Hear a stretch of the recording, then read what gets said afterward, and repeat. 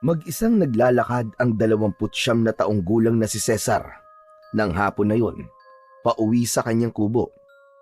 Bitbit niya ang isang bote ng tuba na galing sa pinagtatrabahuhan niyang pagawaan ng tuba sa lugar nila na kung tawagin ay Baryo Binagbag.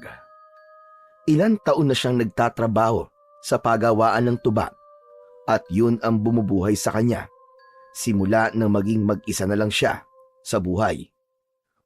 Malapit na sana si Cesar sa kanyang bahay na nasa dulong bahagi ng baryong yon nang mapangiwi siya dahil nakita niya ang katrabaho niyang si Jejomar na nakangiting palapit sa kanya. Pagkalapit ni Jejomar ay agad itong umakbay sa kanya, ngunit mabilis niyang inalis ang braso nito sa balikat niya. "Ano ba, Jejomar? Huwag mo nga akong hawakan, ang lagkit-lagkit mo eh." Grabe ka naman sa akin, Cesar. Kakaligo ko lang, uy. Pero, may dala ka na naman tuba ah. Ha, magiinom ka na naman ba? "Hindi, ipapaligo ko to." Ang ganda ng joke mo ah, bagong-bago yun ah. Marunong ka na mag-joke ngayon ah. Pero alam mo, hindi mo dapat iniinom yan na mag-isa eh. Malungkot yun. Alam mo, minsan lang maging libre ang oras ko at libre ako ngayon. Baka gusto mong samahan kitang ubusin yan. "Hindi ko kailangan ng kasama mag-inom." Pwes, ako kailangan ko. Sige na, ang tagal na natin magkatrabaho sa pagawaan ng tuba pero hindi pa tayo nagkakainuman eh. Huwag ka mag-alala pare, hindi ako mabilis malasing. Malakas ang bahay alak ko no? Ang alak ang nauunang nalalasing kaysa sa akin. Huminto si Cesar at tinignan ng matalim si Jejomar. Sa tingin niya, hindi ito titigil hanggat hindi niya ito sinasabihan ng masama. "Pwede ba, Jejomar? Lubayan mo nga ako. Bakit ba ang kulit mo palagi, ha? Di ka ba marunong makaramdam kapag ayaw sa'yo ng isang tao?" Oh, relax pare. Ang init naman ng ulo mo. Wala naman ako dito para makipag-away eh. Pabira ka naman oo. Ayaw mo bang makainuman ng kaibigan mo? "Hindi kita kaibigan. Wala akong kaibigan, Jejomar." Nawala ang ngiti sa mukha ni Jejomar. Sandali itong natahimik bago bahagyang napayuko. Tila nag-aalangan ito kung dapat pa ba itong magsalita. Sa huli, nagkibit balikat na lamang ito at pilit na ibinalik ang dating sigla sa boses. Siya, sige. Hindi na kita aabalain pare. Pero tandaan mo, mas masarap pa rin ang inuman kapag may kasama ka. Tumalikod si Jejomar at naglakad na palayo. Hindi na ito lumingon pa. Nang tuluyang mawala si Jejomar sa paningin niya, ay saka siya nagsimulang maglakad pauwi sa kanyang bahay. Para sa kanya ay wala siyang ginawang masama dahil dapat lang yon sa makulit na kagaya ni Jejomar. Simula kasi na magtrabaho si Cesar sa pagawaan ng tuba, ay palagi na lang siyang kinukulit ni Jejomar. Palabiro ito talaga at masiyahin. Pero kahit maganda ang personalidad ni Jejomar, ay hindi pa rin yun naging dahilan para ituring niya itong isang kaibigan. Ngunit masyadong matyaga si Jejomar. At kahit anong taboy niya, ay lumalapit pa rin ito sa kanya. Para bang hindi ito nabuubusan ng dahilan para lumapit at kausapin siya. Pero kailanman ay hindi niya ito pinansin. Sa tuwing lalapit si Jejomar, ay itinataboy niya ito. Sa tuwing magpapakita ito ng kabaitan, sinasagot niya lang ito ng malamig na tingin. Ginagawa ni Cesar ang bagay na yon, hindi dahil sa inis o galit, kundi dahil sa takot. Takot na siyang maging malapit sa isang tao at muli niyang maramdaman ang sakit ng pagkawala ng taong malapit sa kanya. Halos 5 taon na ang nakakalipas mula nang patayin ng mga aswang ang buong pamilya ni Cesar. Wala siyang nagawa noon kundi tumakbo at mabuhay habang ang mga mahal niya sa buhay ay pinaslang ng mga aswang. Siya lang ang nakaligtas. Sa pag-asa namang matatakasan niya ang pait ng nakaraan, ay lumipat siya sa baryo Binagbag.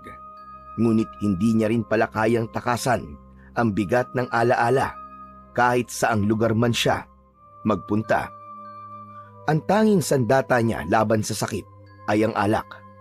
Ang paglalasing ang naging panandaliang lunas ni Cesar sa sugat na hindi pa rin naghihilom sa kanyang puso. Nang makarating si Cesar sa kanyang kubo, agad niyang ibinaba ang bote ng tuba sa lamesa. Kahit hapon pa lang, hindi na niya inisip kung maaga pa para uminom. Kinuha niya ang baso at nilagyan ng tuba. Agad niyang nilagok ang mapait na alak. Ramdam niya ang hagod nun sa kanyang lalamunan at ang hapdi ng dulot nun sa kanyang sikmura. Pero wala siyang pakialam. Kailangan niya yon. Kailangan niyang makalimot kahit sandali lamang. Tahimik ang loob ng kubo. Walang ingay, kundi ang malalim na paghinga ni Cesar at ang bahagyang batingting ng bote sa tuwing nagsasalin siya ng tuba sa baso. Wala siyang kasama, walang kasalo. Paulit-ulit lang ang ikot ng buhay niya. Trabaho, alak. Alak, trabaho. At paglimot. Wala nang iba. Lumalim ang gabi. Hindi na alam ni Cesar kung pang ilang baso na ang naubos niya. Malabo na ang kanyang paningin at medyo mabigat na rin ang kanyang katawan. Pero sa loob-loob niya ay may bumabangong galit. Galit sa mundo. Galit sa nakaraan. At galit sa sarili. Hanggang sa bigla siyang tumayo. Sinipa niya ang lamesa at itinapon ang baso sa sahig. Walang ya! Bakit ganito? Anong klaseng buhay ba to? Bakit ba hindi ako makalimot? Pwisit na buhay to! Lumabas si Cesar ng kubo at naglakad ng pasuray-suray habang sumisigaw. May mga taong nakasilip sa kanilang mga bahay. May mga nagbubulungan at takot na nakatingin sa kanya. Kahit palaging nagwawala si Cesar sa tuwing nalalasing siya, ay tila hindi pa rin sanay ang mga tao sa baryo Binagbag sa ugali niyang yon. Lahat kayo dito! Wala kayong alam! Wala kayong alam sa pinagdadaanan ko! Isang matandang babae ang nagmamadaling isanara ang bintana. May isang lalaki naman ang sumigaw mula sa kabilang bahay. Sinigawan nito si Cesar na tumahimik na siya at matulog na lamang. Wala kang pakialam kung maingay ako! Kung gusto mo, lumabas ka rito at magsuntukan tayong dalawa! Biglang may humawak sa balikat ni Cesar at paglingon niya ay nakita niya si Jejomar. Pare, tama na yan. Halika na, muwi na tayo. Ang lakas ng loob mong maghamon ng away, lasing ka na. Panigurado ako, isang suntok lang sa'yo, tulog ka eh. Umalis ka nga dito, Jejomar. Pakailamero ka talaga eh, no? Alam kong may pinagdadaanan ka, pare. Pero hindi ito ang sagot sa problema mo. Pare, halika na. Hatinda kita sa kubo mo. Hindi na nakapagpigil pa si Cesar. Isang malakas na suntok ang pinadapo niya sa mukha ni Jejomar na naging dahilan para matumba ito sa lupa. Sa isang suntok lang na yon ay nagawa niyang mapatulog si Jejomar. Natigilan si Cesar. Tila nahimasmasan siya nang mapagtanto niya ang kanyang ginawa. Humihingal siya habang nakatingin kay Jejomar na hindi na gumagalaw. Hindi niya intensyon ang manakit at ang nais lang niya ay mailabas ang nasa loob niya. Mahina niyang sinipa sa tagiliran si Jejomar. Oy! Oy, Jejomar! Umisig ka nga dyan! Hindi gumalaw si Jejomar. Marahang lumuhod si Cesar sa tabi nito. Abay, loko ka! Ikaw pala makakatulog sa isang suntok lang eh. Napamura si Cesar at mabilis na binuhat si Jejomar. Hindi niya alintana ang bigat nito. Hindi niya alam kung anong mas mabigat, ang katawan ni Jejomar o ang bigat ng konsensya dahil nasaktan niya ito nang hindi sinasadya. Tahimik na naglakad si Cesar pabalik sa kanyang kubo habang buhat-buhat si Jejomar. Kahit pa itinataboy niya ito palagi, ay hindi pa rin kaya ng konsensya niyang iwanan itong walang ulirat na nakahiga sa lupa. Makalipas ang ilang sandali, ay tapos nang mag-inom si Cesar. Tahimik siyang nakaupo sa isang sulok habang hawak ang sigarilyong unti-unting nauubos sa pagitan ng kanyang mga daliri. Minsan lang siya manigarilyo, pero dahil sa kaba niya na hindi na magising si Jejomar, ay napahipak siya nang wala sa oras. Nakatingin siya sa kawalan habang lumalabas ang usok sa kanyang bibig, at sa pagitan ng usok, bumalik ang alaala ng isang gabing na pilit niyang nililibing sa pagkalimot. Hinding-hindi makakalimutan ni Cesar ang gabing yon. Nang mahimbing silang natutulog ng kanyang pamilya, ay bigla na lang silang pinasok ng mga aswang sa kanilang bahay. Napuno ng sigawan at pagmamakaawa ang bahay nila. Nagtago noon si Cesar sa ilalim ng lamesa. Takot na takot siyang pinanood ang pagpaslang ng mga aswang sa lahat ng miyembro ng kanyang pamilya. Sinubukan niyang pigilin ang kanyang hininga. Sinubukan niyang isara ang kanyang mga mata, pero hindi niya matakasan ang tunog ng pagnguya ng mga aswang sa laman ng kanyang buong pamilya. Ang kapatid niyang bunso na si Nilo ay pilit na gumapang papunta sa kanya at pilit na inabot ang kanyang kamay, pero biglang may sumunggab dito na aswang at hinila ito palayo sa kanya. Nang magkaroon siya ng pagkakataon, ay matagumpay siyang nakalabas ng bahay nila at nagtatatakbo palayo habang umiiyak. Inihinto na ni Cesar ang pagdaloy ng mapait na nakaraan.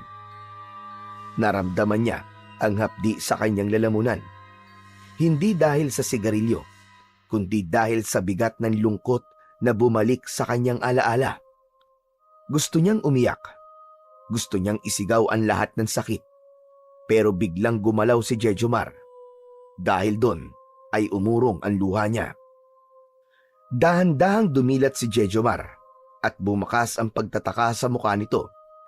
Iginala nito ang paningin sa loob ng kubo. Aray! Ang sakit ng panga ko! Asan ako? Ano man lugar to? Umupo si Jejomar at hinawakan ang namamagang muka. Tumingin ito kay Cesar. Imbis na magalit, ay tumawa pa ito ng malakas. Naku po, nagkaroon yata ako ng amnesia sa lakas ng suntok mo, Cesar ah. Malis ka na nga. Muwi ka na sa inyo. Buhay ka naman pala eh. Akala ko patay ka na. Gabi na pare. Di mo ba alam na delikado maglakad sa labas kapag gabi? Ano ba pinagsasasabi mo? Pare, hindi mo ba naririnig ang mga kwentuhan dito sa atin? May gumagalang aswang sa lugar natin, pare. Natahimik si Cesar. Alam niya ang mga usap-usapan na yon, pero wala pang nakakapagpatunay kung totoo nga ba yon o hindi. Kahit pa dati siyang may personal na karanasan sa mga aswang, ay hindi naman kagad siya naniniwala sa mga ganong kwento. Maliban na lang kung merong ebidensya o siya mismo ang makakakita. Dismiss lang yan, Jejomar. Chismis man o hindi, pare. Ayoko pa rin maging ulam ng mga aswang, no? Pare, pwede bang dito muna ako matulog? Hindi naman ako umihilik eh. Tsaka, hindi naman ako malikot matulog. Hindi pwede. Umuwi ka na sa inyo, Jejomar. Grabe ka naman sa akin, pare. Wala ka talagang pakialam sa akin, eh, no? Pero seryoso na, pare. Kailangan mo ng kaibigan kahit isa lang. At ako na yon, Cesar. Ako na ang nag-o-offer na maging kaibigan mo. Hindi ko kailangan ng kaibigan. Umuwi ka na. Swerte mo nga eh. Kasi ako magiging kaibigan mo eh. Kung ikaw lang din ang magiging kaibigan ko, bibili na lang ako ng aso. Wag na lang. Mas okay na ako mag-isa sa buhay ko. Tumawa ng bahagya si Jejomar, pero may lungkot sa kanyang mata. Tumango ito at lumakad papunta sa pintuan. Sige na, pare. Aalis na ako. Pero kapag may nangyari sa akin, tandaan mo ito. Mumultuhin kita habang buhay. Hindi kita patatahimikin. Mark my word! Wala nang naisagot si Cesar. Pinanood na lang niya ang pag-alis ni Jejomar at agad niyang isinara ang pinto nang makalabas na ito sa kubo niya. Pero agad niya ring binuksan ng bahagya ang pinto upang silipin si Jejomar sa labas. Nais niya pa ring makasiguro na ligtas itong makakauwi. Kinabukasan, masakit ang ulo ni Cesar nang magising siya. Pakiramdam niya ay mabigat ang buong katawan niya at parang may pumupukpok ng paulit-ulit sa ulo niya sa lakas ng tama ng tuba mula kagabi.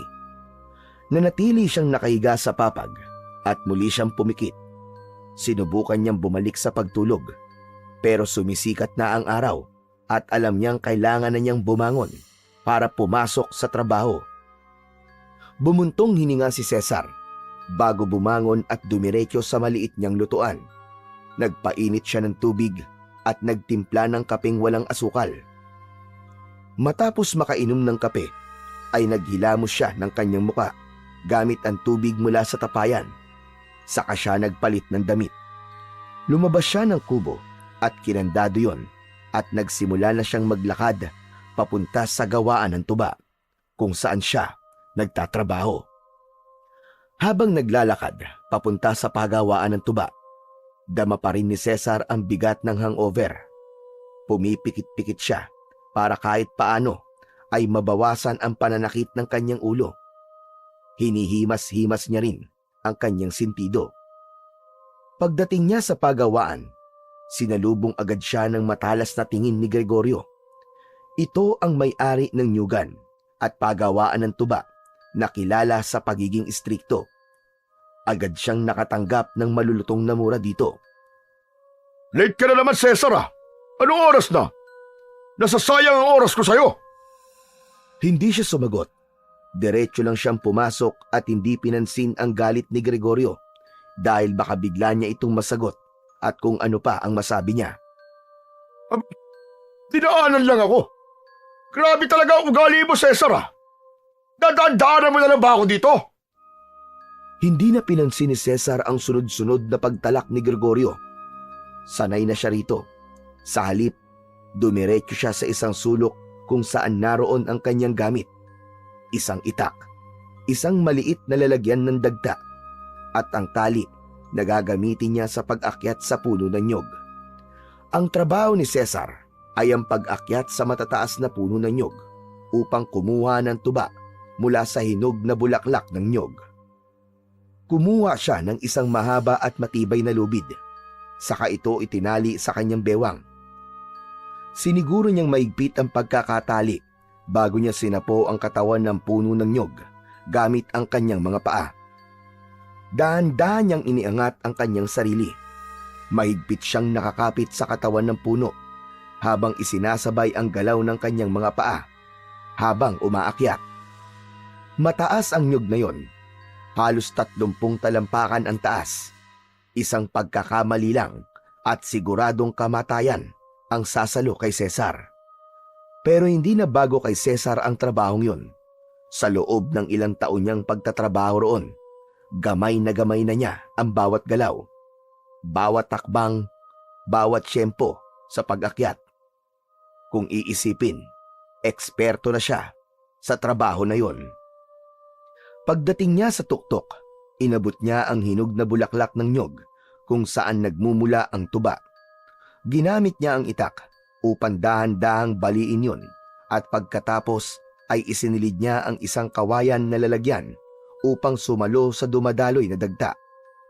Mula sa bawat puno ng nyog, nakakakuha lamang siya ng ilang tasa ng tuba, kaya kailangang paulit-ulit siyang umakyat sa iba pang mga puno upang makalikom ng sapat na tuba para sa produksyon. Matapos makuha ni Cesar ang tuba mula sa isang puno, ay bumaba siya ng marahan gamit ang parehong lubid upang hindi masyadong mabigatan ang kanyang katawan. Pagkababa, inilagay niya ang nakuwang tuba sa isang malaking tapayan, saka muling lumipat sa panibagong puno upang ulitin ang proseso. Ganon ang paulit-ulit na trabaho ni Cesar sa buong maghapon. Aakyat, kukuha ng tuba, bababa at lilipat sa panibagong puno. Pawisan, amoy araw at bugbog ang katawan niya sa trabahong yun, pero wala siyang pakialam. Mas pipiliin niyang ubusin ang oras sa trabaho kaysa harapin ang multo ng kanyang nakaraan. Pagdating ng tanghalian, ay nagtungo si Cesar sa ilalim ng isang malaking puno ng nyog. Dala ang kanyang baon na nakabalot sa dahon ng saging. Inilabas niya ang kanin at tuyong isda na may kasamang kamatis, saka sinimulang kumain ng tahimik. Sanay na siyang mag-isa, mas gusto niyang lumayo sa ibang trabahador kaysa makihalubilo at makipag-usap sa mga yon. Habang kumakain, ay nakita ni Cesar na papalapit sa kanya si Jejomar na merong black eye mula sa suntok niya noong nakaraang gabi. Napangiwi siya dahil alam niya na simula na naman ng pangungulit ni Jejomar sa kanya. Umupo si Jejomar sa tabi niya at nagsimulang kumain. Pare, malungkot kumain mag-isa. Gusto mo ba ng ulam ko? Adobong bayawak to. Pambihira. Sa dami ng pwede mong iadobo, bayawak pa talaga. Lumayas ka nga sa tabi ko. Pare, narinig mo na ba ang bagong balita dito sa Baryo Balagbag? Hindi sumagot si Cesar. Nagpatuloy lang siya sa pagkain. Alam niyang walang kwenta na naman ang sasabihin ni Jejomar, gaya ng iba pa nitong palaging sinasabi sa kanya. Pare, may inatake raw ng aswang sa kabilang barangay kagabi. Buntis daw yung babae, pare. Ang sabi, patay yung buntis at yung sanggol na nasa sinapupunan niya. Napatigil si Cesar sa pagsubo, ngunit hindi niya ipinahalata kay Jejomar na naaapektuhan siya sa kanyang narinig. Hindi niya ito tinignan at hindi rin siya nagtanong, pero sa loob-loob niya ay may takot siyang naramdaman. Kung totoo nga ang sinasabi ni Jejomar, hindi malabong sumunod na puntiryahin ng mga aswang ang Baryo Balagbag, gaya na nangyari sa lugar na iniwan niya noon. Muli siyang sumubo ng pagkain at nagkunwaring walang pakialam. Pambihira ka, oo. Ano ka, robot? Wala ka man lang ba reaksyon? Ang tapang mo naman pala kung ganun. Parang hindi ka takot sa aswang, ah. Nanatiling tahimik si Cesar. Ayaw niyang pag-usapan ang ganung bagay dahil naaalala lang niya ang nangyari noon sa kanyang buong pamilya. Maya-maya pa, muling nagsalita si Jejomar. Tila wala itong planong huminto sa pagsasalita hanggat hindi siya nito kinakausap. Alam mo bang meron pa akong isang mainit-init na balita, pare? Hindi pa rin kumibo si Cesar. Hindi mo ba ako tatanungin, pare, kung ano yon? Sabihin mo na lang kung ano sasabihin mo.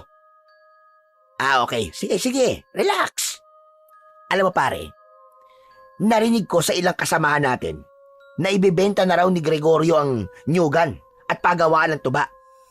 Meron na raw posibleng buyer, eh. Ano? Totoo ba yung sinabi mo? Oo, pare. Ang alam ko nga, parang nabenta na yata, eh. O baka nasa proseso pa. Ano mangyayari sa atin kapag iba na may-ari nitong pagawaan ng tuba? Hindi ko alam, pare. Pero magdasal ka na lang na hindi tayo alisin. Ang hirap kaya maghanap ng trabaho sa panahon ngayon. Natigilan si Cesar. Pakiramdam niya ay biglang bumigat ang pakiramdam niya. Wala siyang ibang pinagkakakitaan bukod sa trabaho niyang yon.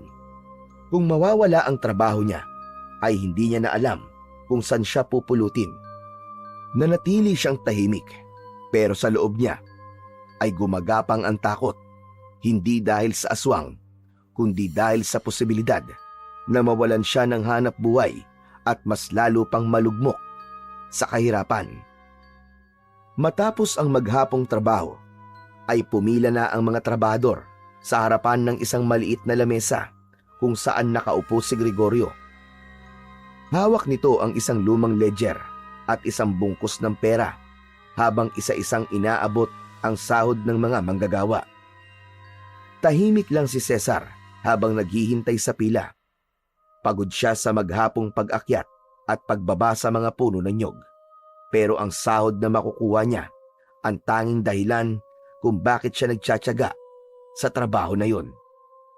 Maya-maya pa ay si Cesar na ang nasa unahan ng pila at nasa harapan na niya si Gregorio. Agad niyang kinuha ang perang inabot sa kanya. Binilang niya ang sahod niya at napakunot ang noo niya pagkatapos. "Boss, kulang tong sahod ko. Hindi ba wala naman akong absent ngayong linggo?" Wala kang ang absent, Cesar. Pero marami ka naman late. Aba, hindi naman patas sa ibang trabador ko na maagang pumapasok kung pasasahuri kita ng kagaya na sa kanila. Kung gusto mong buo ang sahod mo, pumasok ka sa oras at bawas-bawasan mo ang pag-inom-inom mo para maaga ka nakakapasok dito. Nagre-reklamo ka pa. Nanahimik na lamang si Cesar. Alam niyang walang saysay kung makikipagtalo pa siya kay Gregorio. O sige na. Marami pa nakapila. Mawalang galang na pero umalis ka na sa harap ko. Hindi na nagsalita si Cesar. Matalim ang tingin niya na ibinato kay Gregorio bago siya umalis at dumayo. Pagkalabas niya sa pagawaan ng tuba, dumiretso siya sa isang maliit na tindahang nagsisilbing imbakan ng tuba. Binunot niya ang ilang barya at iniabot sa tinderang may edad na. "Isang bote nga po ng tuba." Walang imik na inabot ng tindera ang isang bote ng tuba. Saka siya nagpatuloy sa paglalakad pauwi sa kanyang kubo. Sa bawat takbang niya, ramdam niya ang bigat ng araw na yon dahil hindi niya matanggap na kulang ang sahod niya. Kahit naman kasi late siyang nakakapasok, ay nagsisipag pa rin siya sa trabaho at kung minsan pa nga ay siya ang pinakahuling trabahador na umuwi. Pagdating ni Cesar sa kanyang kubo, ay agad niyang inilapag ang bote ng tuba sa lamesa. Umupo siya at binuksan ang bote at saka nilagok ang mapait na inuming matagal na niyang naging kasama sa bawat araw na meron siyang problema at pinagdadaanan. Dumaan ang mga oras at hindi na mabilang ni Cesar kung nakakailang lagok na siya ng tuba mula sa bote. Sa sobrang sama ng loob niya sa kanyang trabaho, ay hindi na siya nag-abalang kumuha ng baso hanggang sa napansin niyang madilim na sa labas at bahagya ng umiikot ang kanyang paningin. Maya-maya pa ay umupo na siya sa sahig at sumandal sa dingding. Habang nakatingin siya sa kawalan ay may naramdaman siyang kakaiba. Biglang naging maalinsangan ang hangin. Nagsimula siyang pagpawisan ng wala namang dahilan. Parang biglang bumigat ang hangin. Hanggang sa may narinig na siyang kaluskos mula sa labas ng kubo na sinundan ng yabag ng mga paa na parang may naglalakad paikot sa kanyang kubo. Kinabahan si Cesar at mariin niyang naikuyom ang kanyang mga kamay. Nagkaroon siya ng hinala na baka aswang ang nasa labas, pero sinubukan niyang alisin sa kanyang isipan ang ideya na yon.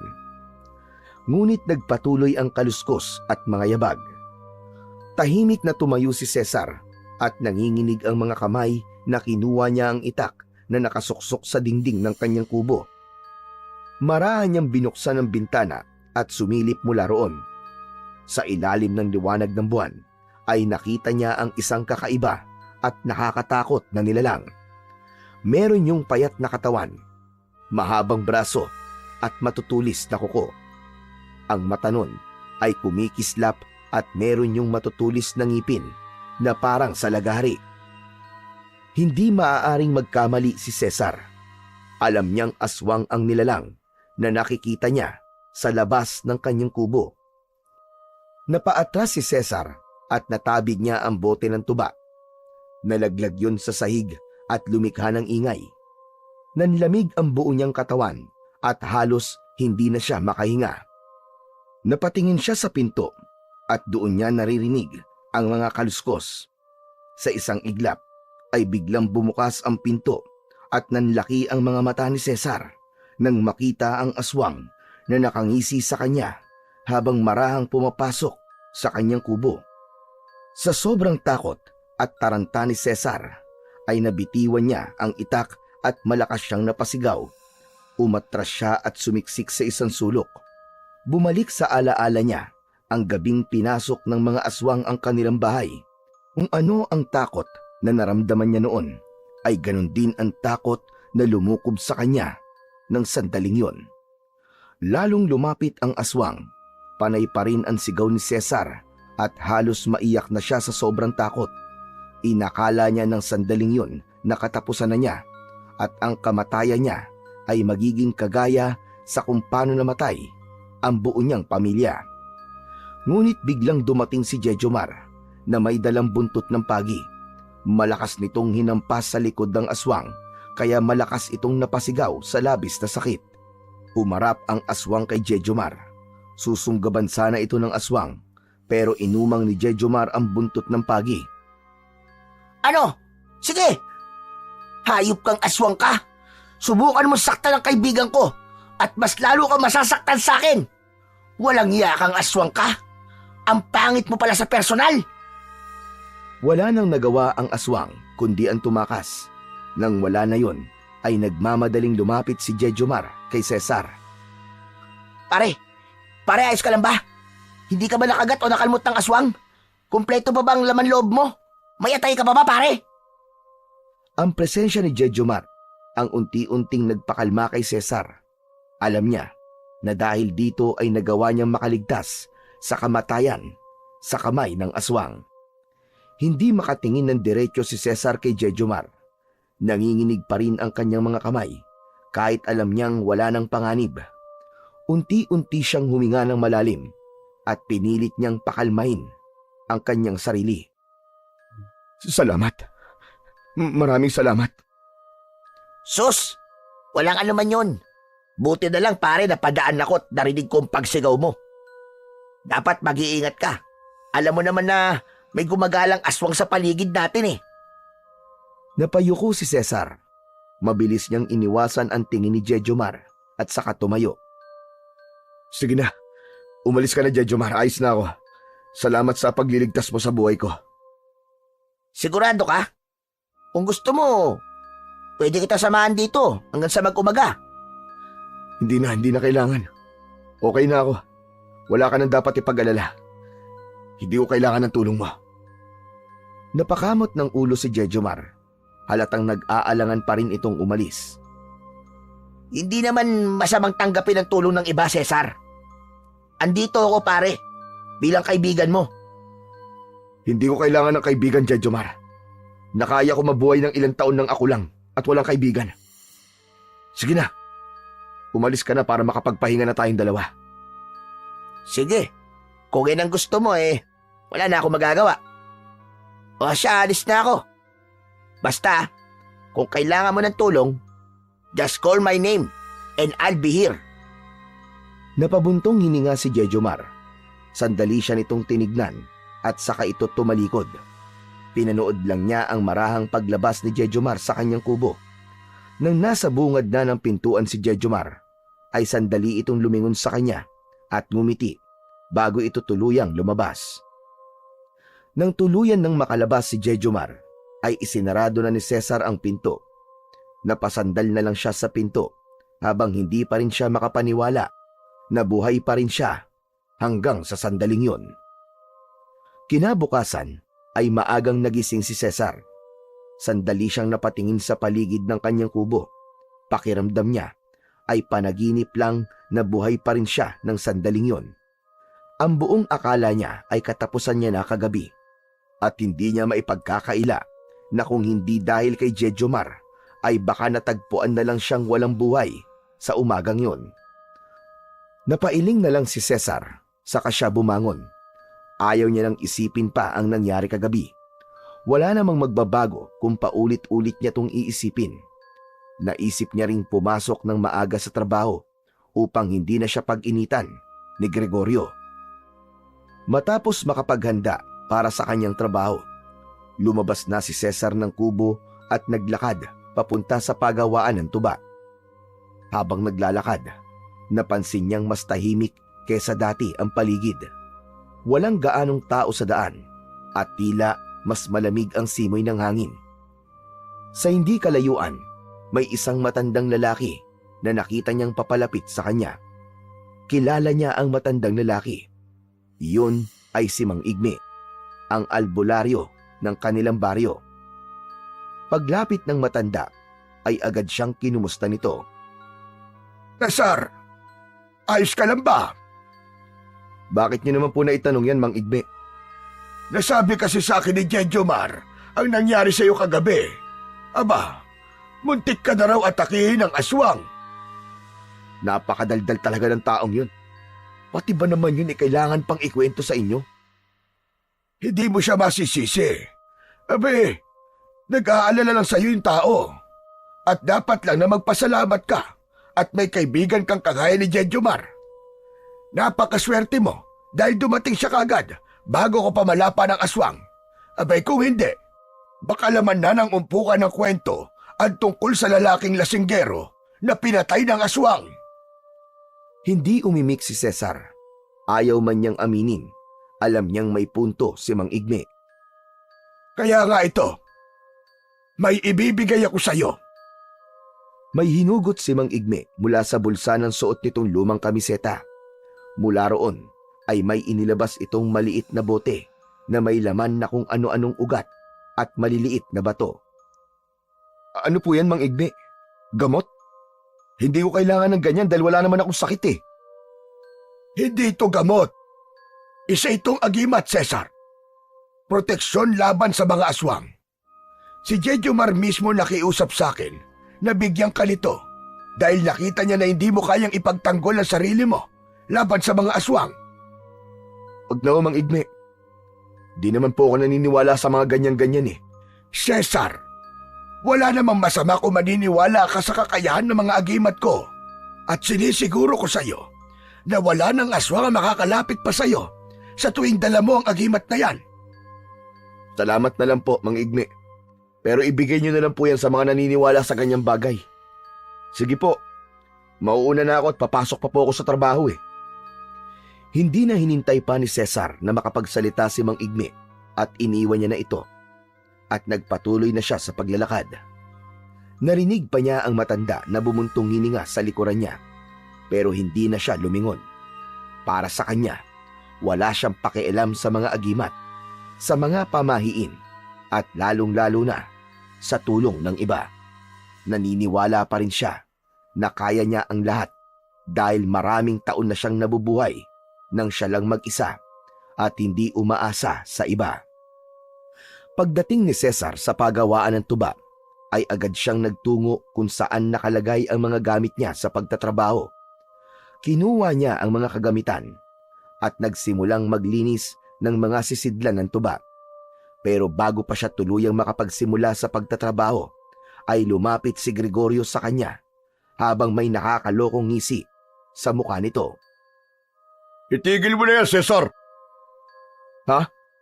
Bakit? Anong meron ho, boss? Simula ngayon, hindi na kita kailangan dito sa pagawaan ng tuba. Napakurap si Cesar. Hindi agad niya na proseso ang sinabi ni Gregorio. Ano, boss? Ano pong ibig niyo sabihin? Hindi ka ba marunong makaintindi, ha? Si Santi ka na!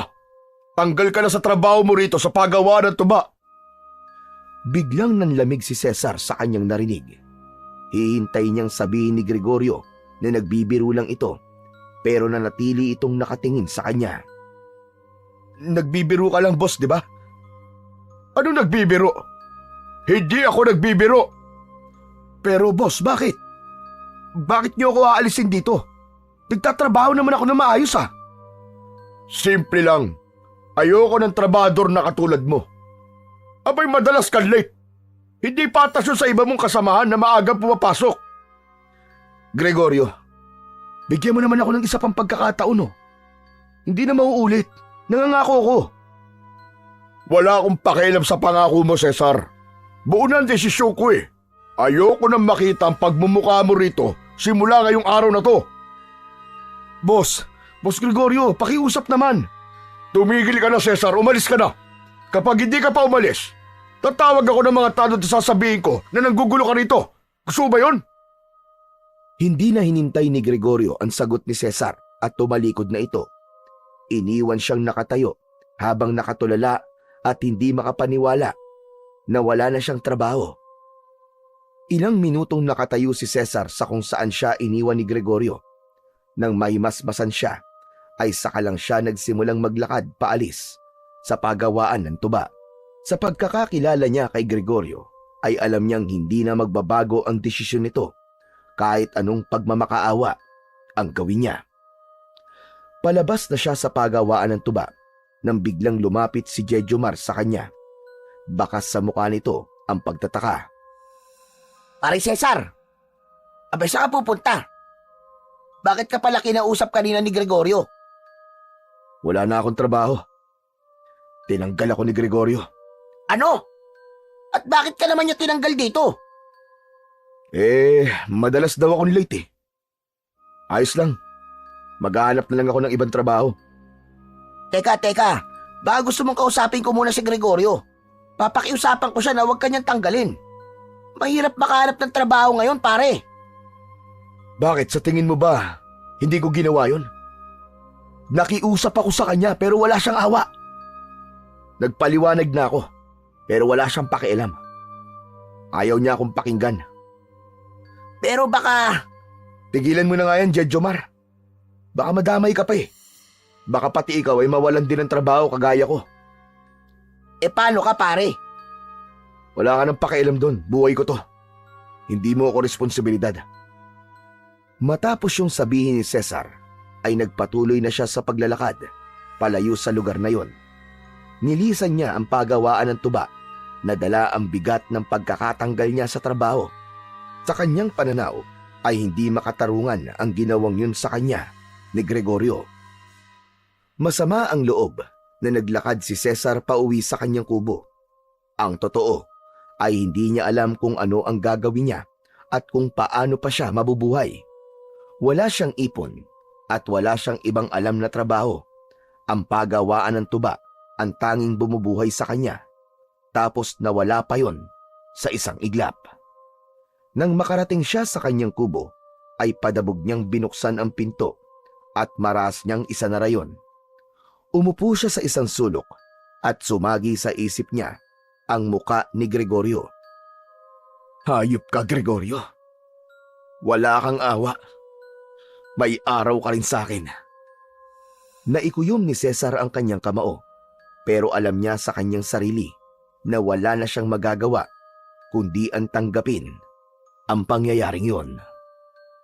Napatingin siya sa isang sulok ng kubo kung saan nakatabi ang huling bote ng tuba. Naisip niya na kahit wala na siyang trabaho, ay meron naman siyang alak. Tumayo si Cesar at kinuha ang bote. Agad niya yung binuksan at agad na nilagok ang laman nun. Naramdaman niya ang init ng alak na dumaloy sa kanyang lalamunan. Pero hindi yun sapat para tunawin ang galit niya. Halos ilang segundo lang ang pagitan ng bawat lagok niya sa alak hanggang sa halos maubos niya na ang laman ng bote. Isinandal niya ang katawan sa dingding ng kubo habang mahigpit na hawak ang bote ng tuba. Hindi nagtagal ay nakaramdam siya ng pagkahilo hanggang sa tuluyan na siyang nakatulog nang dahil sa kalasingan. Madilim na nang magising si Cesar. Nang tingnan niya ang bote na hawak niya ay napaungot siya dahil wala nang laman yon. Para sa kanya ay nais pa niya ng maraming tuba. Nais niyang lunurin ang sarili niya sa alak para kahit paano ay makalimot siya sa problemang pinagdadaanan niya ng sandaling yun. Nang tumayo si Cesar ay muntik pa siyang matumba dahil may epekto pa rin sa kanya ang alkohol na taglay ng tuba. Gusto ko pa ng tuba. Bitin pa ako. Napatingin siya sa labas ng kanyang kubo. Tahimik na ang paligid. Pero alam niyang may natitira pang tuba sa pagawaan. Kaya kahit lasing, ay naglakad siya ng pasuray-suray palabas ng kubo. Hindi niya alintana ang dilim ng gabi at ang banta ng aswang sa lugar nila. Ang nasa isip lang niya ng sandaling yun ay makahanap ng tuba. Nang makarating siya sa pagawaan ng tuba, ay sarado na ang tindahan. Muli siyang napamura dahil sa sobrang inis. Aalis na sana si Cesar nang may mapansin siyang kakaiba sa nyugan sa hindi kalayuan. May isang puno ng nyog na may kung anong kumikislap sa itaas. Hindi niya mawari kung ano yun, pero para yung maliit na ilaw na pumipintig-pintig sa dilim. Hindi niya masabing alitap-tap yun dahil masyadong malaki at maliwanag ang ilaw na yon para sa isang alitap-tap. Labis na nagtaka si Cesar kung ano ang bagay na yon. Dahil sa kalasingan at kuryosidad, hindi na siya nagdalawang isip na lumapit sa puno. Sinuri niya yon mula sa ibaba. Pilit niyang inaaninag kung ano ang nasa tuktok ng puno na umiilaw. Bago pa mag-isip ng kung ano-ano si Cesar, ay sinimulan na niyang akyatin ang puno ng niyog. Mahigpit siyang kumapit sa katawan ng puno at dahan-dahan siyang umakyat kahit naduduwal siya sa pagkahilo dahil sa kalasingan. Ramdam niya ang lagkit ng pawis sa kanyang katawan pero hindi siya tumigil. Talagang nais niyang malaman kung ano ang umiilaw sa itaas ng puno na yon. Nang makarating si Cesar sa tuktok ng puno, ay namilog ang mga mata niya sa nakita. Sa pagitan ng mga dahon ay may isang maliit na bagay na parang isang buto na kulay brown na kasinlaki ng isang holen. Kumikislap-kislap yun na parang may sarili yung liwanag. Maingat niyang kinuha ang bagay na yon at tinignan ng mabuti. Hindi niya maipaliwanag, pero parang may mainit na enerhiyang dumadaloy sa kanyang katawan mula sa bagay na kanyang hawak. Napapikit si Cesar nang biglang sumakit ang ulo niya. Umikot ang paningin niya at nawalan siya ng balanse.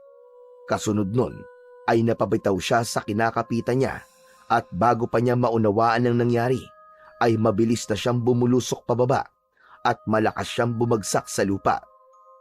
Wala nang naalala pa si Cesar sa nangyari sa kanya dahil agad siyang nawalan ng ulirat pagkatapos nun.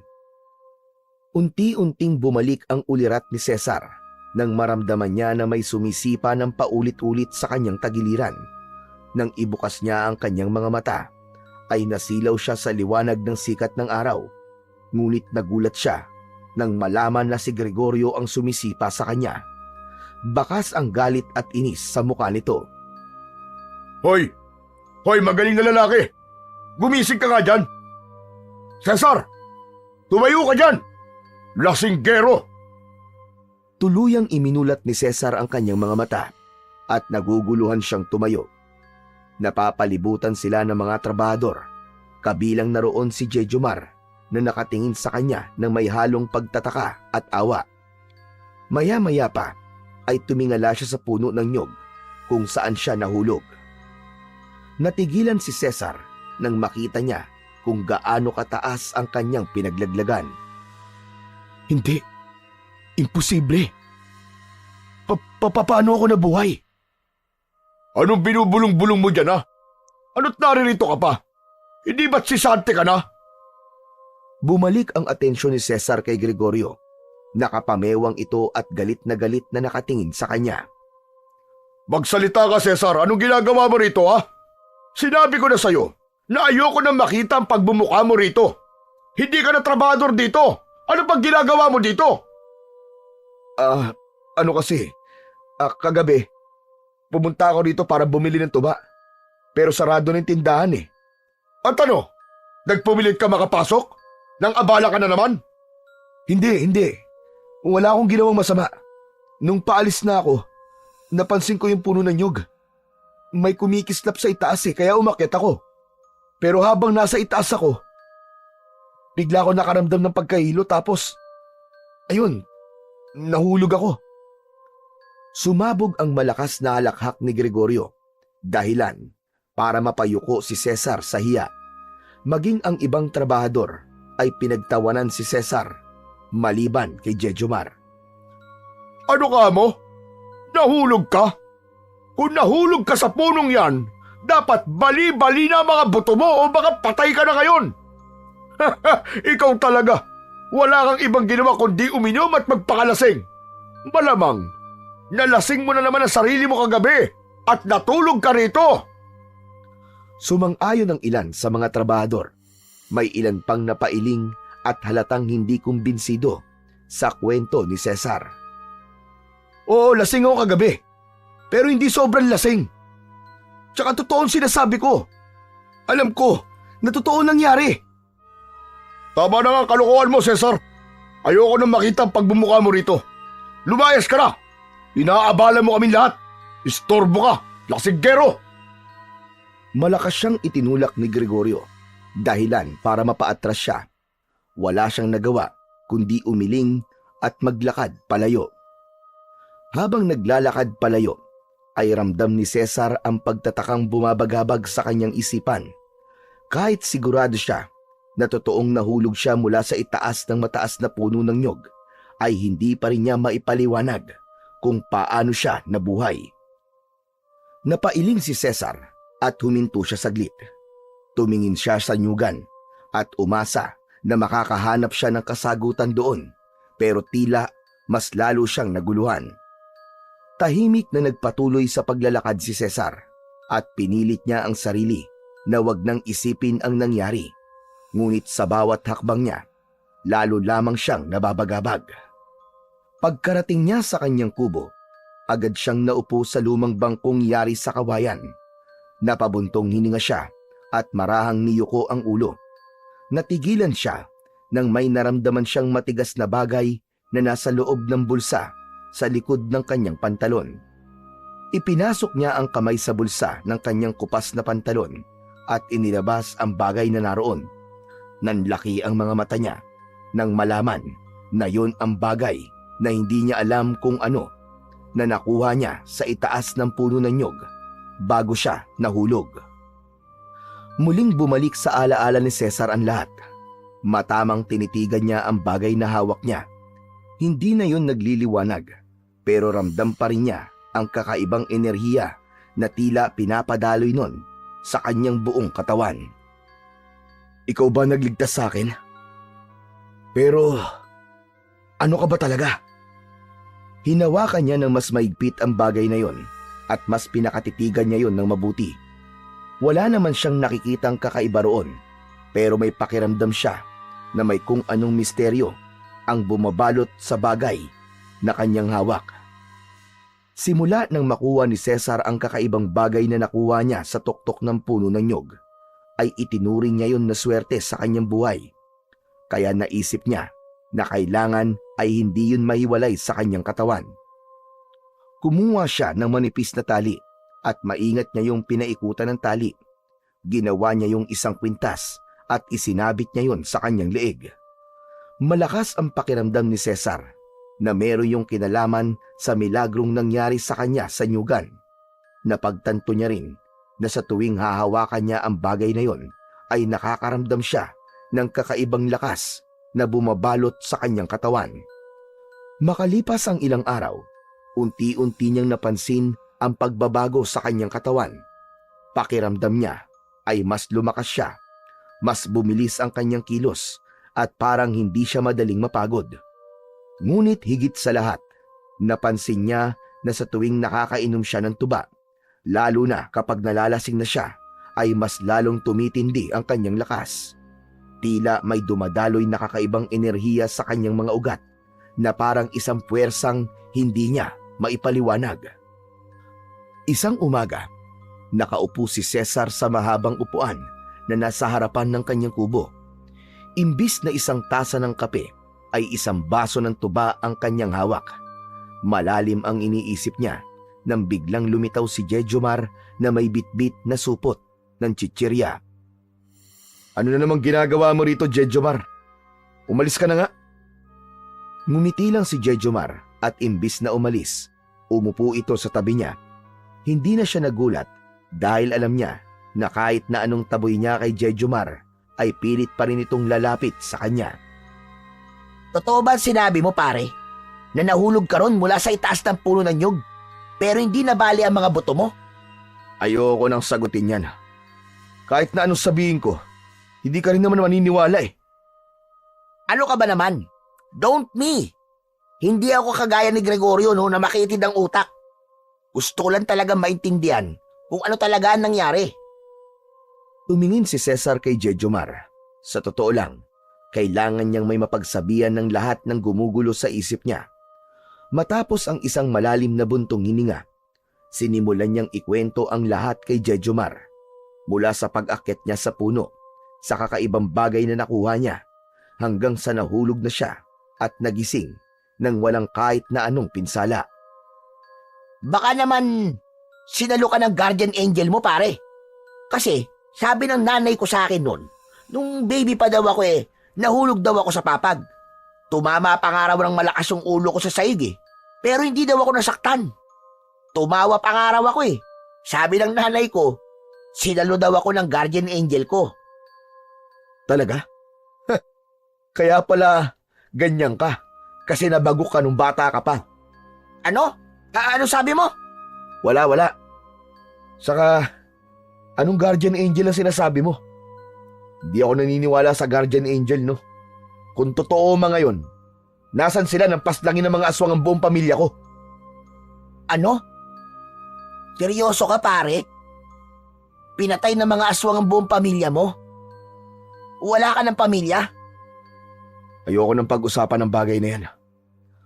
Napayuko si Jejomar. Ilang sandali itong natahimik bago muling nagsalita. Parehas pala tayo. Wala na rin akong pamilya Namatay sila nang masunog ang bahay namin. Nasa trabaho ako nun kaya nakaligtas ako.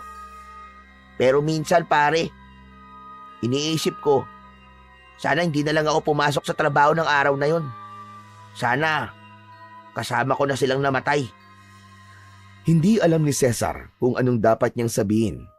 Hindi siya mahilig sa mga madramang usapan, pero ramdam niya ang bigat ng dinadala ni Jejomar. Parehas pala silang wala ng pamilya at parehas na nawala ang buong pamilya nang dahil sa isang trahedya. Hindi na lang nagsalita si Cesar. Alam niyang hindi rin naman kailangan ng sagot ni Jejomar. Minsan, sapat nang may nakikinig sa mga ganong uri ng saloobin. Tumayo si Jejomar at tumikhim. O sige, pare. Alis na ako. Huwag ka mag-alala. Kasi kahit hindi ka panipaniwala ang kwento mo, ay naniniwala pa rin ako sa'yo. Natigilan si Jejomar nang mapansin nito ang kwintas ni Cesar. Aba? Ayos Kakaiba yung kwintas mo Saan mo nakuha yan? Ito? Ito yung bagay na nakuha ko sa itaas ng puno ng nyug. Baka swerte kaya ginawa kong kwintas. Saglit lang yung tinitigan ni Jejomar pero hindi na ito nagtanong pa. Tumango lang ito sa kanya at saka nagpatuloy na sa pag-alis. Tahimik na sinundan ng tingin ni Cesar si Jejomar sa kamarahan niyang hinawakan ang kwintas na nakasabit sa leeg niya. Lumipas ang ilang araw at medyo nabahala na si Cesar dahil paubos na ang huling sinahod niya noon kay Gregorio. Sinubukan niyang maghanap ng trabaho sa bayan, ngunit hindi siya pinalad. Hanggang isang umaga, ginising si Cesar ng malalakas na katok sa pinto ng kanyang kubo.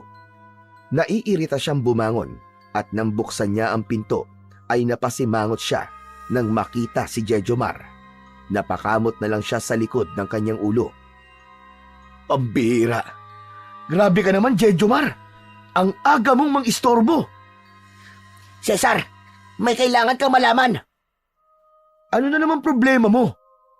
Siguraduhin mong importante ang sasabihin mo dahil kung hindi, makakatikim ka na naman ng suntok sa akin. Importante to. Kailangan mong malaman. Patay na si Gregorio, Cesar. Natigilan si Cesar sa kanyang narinig. Tinignan niyang mabuti si Jejomar at pinakiramdaman niya kung nagbibiro ba ito o hindi. Pero seryoso ang mukha nito. Ano? Anong pinagsasasabi mo?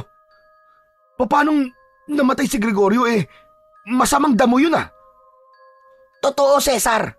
Nasa nyugan pa yung bangkay. Tara, puntahan natin para maniwala ka.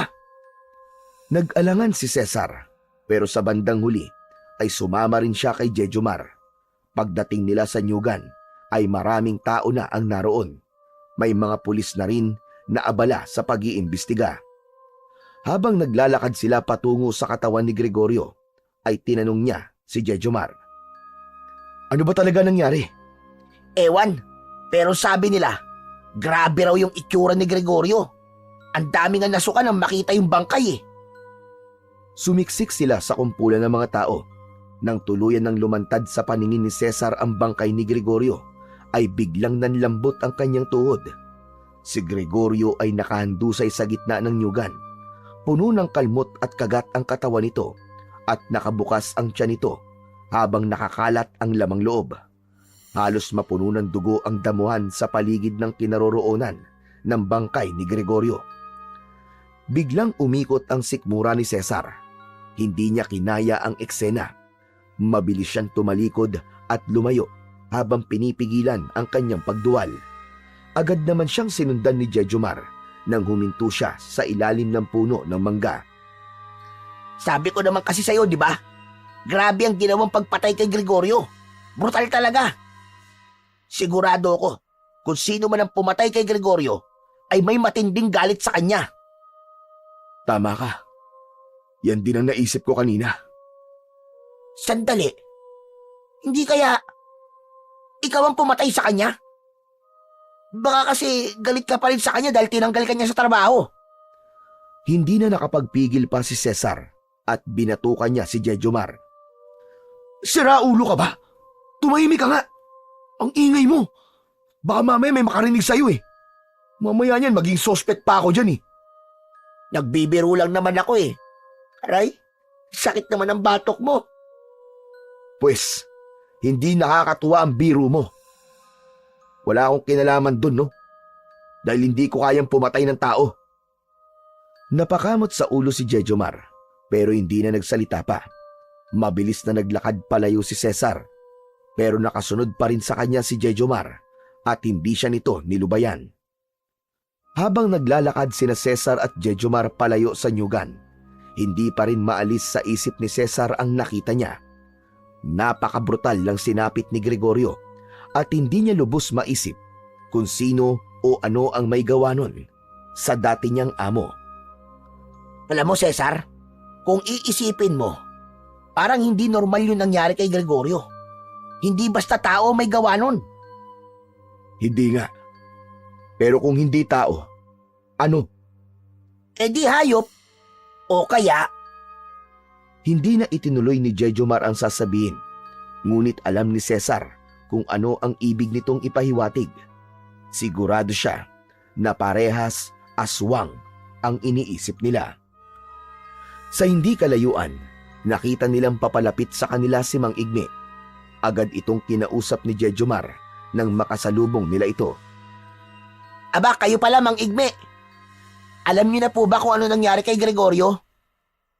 Oo naman. Nauna pa akong makakita sa bangkay niya kaysa sa inyo. Ayos din. Napakachismoso niyo pala Mang Igme. Hindi kayo nagpapauli sa latest ah. Tumigil ka nga dyan. Sadyang nauna lang akong nalaman ang sinapit ni Gregorio.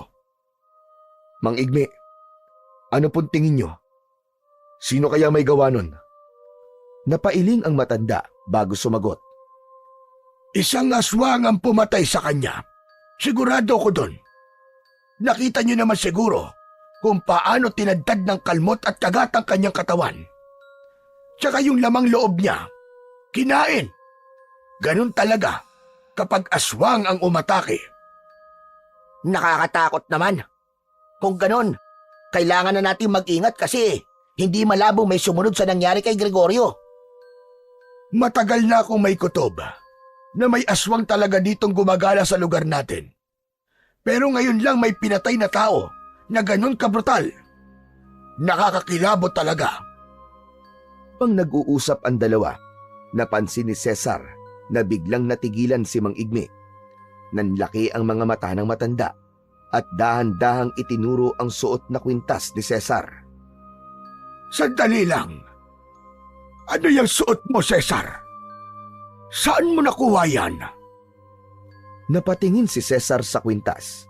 Hindi siya kagad nakasagot na para bang may pumigil sa kanya na sabihin ang totoo kay Mang Igme.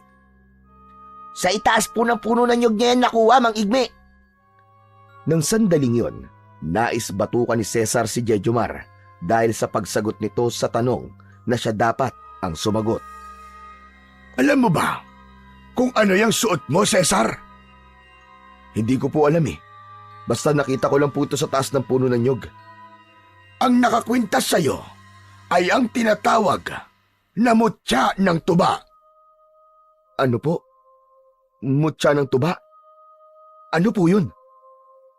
Tumingin si Mang Igme sa paligid na para bang tinitiyak nito na walang ibang makakarinig sa kanila.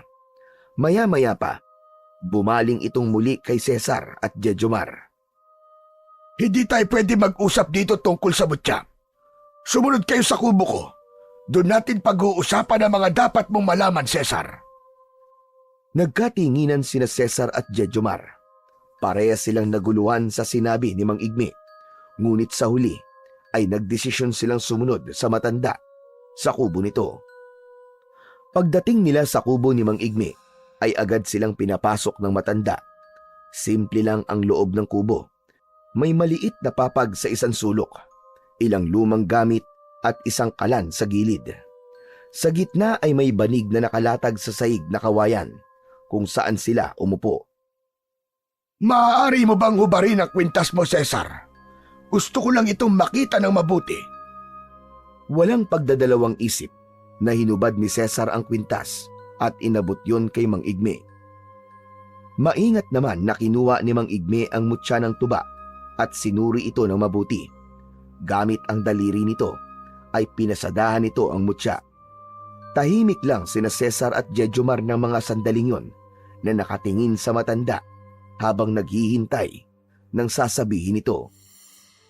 Makalipas lamang ang ilang sandali, ibinalik na ni Mang Igme ang kwintas kay Cesar at agad niya yung sinuot. Tama. Hindi nga ako maaaring magkamali. Isa nga yung mutya ng tuba. Walang kaduda-duda. Ano po ba ang nagagawa ng mutya ng tuba, Mang Igme? Alam nyo, maraming naniniwala na ang ganitong klase ng mutya ay nagbibigay ng swerte sa kung sino mang magmamay-ari nito. Isa pa, may kakayahan din itong makapagpagaling ng karamdaman.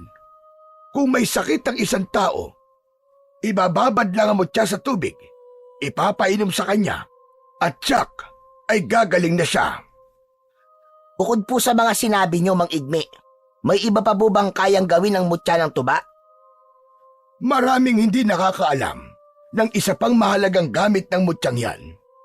May ilang antingero at mga manunugis ng aswang na ginagamit ang mutya ng tuba sa pakikipaglaban sa mga aswang. Hindi lang ito basta swerte o panggamot. Nagbibigay din ito ng kakaibang lakas at bilis sa sino mang nagmamay-ari nito. Aba, Cesar! Ayos! Kung ganun pala kaya mo nang lumaban sa mga aswang na pumapatay ng tao rito sa lugar natin. Aba, pwede kang maging tagapagtanggol natin. Kumbaga'y para kang superhero. Agad na umiling si Cesar sa sinabing yun ni Jejomar. Hindi. Wala akong balak gawin yan. Pero Cesar, Tumahimik ka na. Sapat na sa akin gamitin ang mutya sa swerte at sa pagpapagaling sa sarili ko kung sakaling may sakit ako. Ala ko ba? Hindi ka naniniwala sa mga agimat, Cesar? Hindi ba't tinanggihan mo ang agimat na ibinigay ko sa noon? Simula po kasi nang mapunta sa akin ang mutya na to, para pong sinuwerte na ako eh. Nahulog po ako sa puno ng nyog, pero hindi man lang po ako nasaktan. Sa tuwing nalalasing naman po ako, para pong lumalakas ako. Malakas na tinapik ni Jejomar ang balikat ni Cesar na ikinagulat niya. kung ganun pala pare, mas lalo kang dapat na lumaban sa mga aswang. Jejomar, si Cesar ang nakakuha ng mutya. Siya ang masusunod kung paano niya ito gagamitin. Huwag natin siyang pangunahan at pilitin sa bagay na labag sa kanyang kalooban. Okay po. Sorry naman. Tahimik namang napaisip si Cesar. Alam niyang totoo ang mga aswang sa kanilang lugar. Alam niyang may kakayahan ng mutya na labanan ng mga aswang, pero hindi siya sigurado kung sapat ba ang kapangyarihan nun para manalo siya laban sa mga aswang. Simula nang malaman ni Cesar ang tungkol sa mutya ng tuba at sa kaya nitong gawin, ay palagi ng laman yon ng kanyang isipan. Malakas ang pakiramdam niya na hindi aksidente ang pagkakatagpo niya sa mutya at sigurado siya na may mas malaking dahilan kung bakit yon napunta sa kanya. Sa mga sumunod na araw, nalaman niya mula kay Jejomar na may bago ng may-ari ng nyugan at pagawaan ng tuba, si Sir Sebastian. Ayon kay Jejomar, mukha naman itong mabait at tila malaki ang interes sa pagpapatuloy ng negosyo na naiwan ni Gregorio. Hanggang isang araw, dumating si Jejomar na may dalang magandang balita. Ayon dito, kinausap nito si Sir Sebastian tungkol kay Cesar at pumayag itong tanggapin siyang muli sa trabaho. Labis ang kasiyahan ni Cesar dahil sa wakas ay may pagkakataon na ulit siyang makabalik sa pagtatrabaho at kumita ng pera. Isang umaga, masayang nagising si Cesar dahil sa araw na yon ay makakabalik na siya sa pagtatrabaho. Naisip ni Cesar na may dalang swerte talaga ang mutya ng tuba, pero alam niyang hindi niya maaaring basta na lang isuot ang mutya sa kanyang liig dahil kung may ibang taong makakakita nun ay baka pag-interesan pa. Kaya sa halip na isuot at gawing kwintas ay itinago na lang niya yon sa bulsa ng kanyang pantalon. Pagdating naman ni Cesar sa pagawaan ng tuba ay agad siyang sinalubong ni Jejomar na nakangiti at tila mas masaya pa sa kanya. Buti naman at dumating ka na. Welcome back, pare! Salamat sa'yo, Jejomar ha. Kung hindi dahil sa'yo, baka hindi na ako makabalik dito. Salamat talaga. Ano ka ba? Diyos ko naman, maliit na bagay lang yun, pambihira ka. What are friends are for? Pero, bago ka magsimula sa pagtatrabaho, kakausapin ka muna ng bago nating amo, ha? Tumango si Cesar at sinundan niya si Jejomar papunta sa isang bahagi ng pagawaan kung saan abala ang mga trabahador sa paggawa ng tuba. Doon nila nakita ang isang lalaking matangkad, matipuno ang pangangatawan at mukhang sanay sa mabibigat na gawain. Ayun siya, oh. Si Sir Sebastian. Mabait yan, pare. Tara, lapit tayo. Nakita nila na tumutulong si Sir Sebastian sa mga gumagawa ng lambanog. May hawak itong isang malaking sandok na ginagamit sa paghalo ng tuba sa malalaking tapayan. Hindi alintana ng lalaki ang init ng apoy at singaw ng tuba habang nakikipag-usap sa mga manggagawa. Lumapit sina Cesar at Jejomar kay Sir Sebastian na abala pa rin sa pagtulong sa mga trabahador. Sir Sebastian, magandang umaga po sa inyo.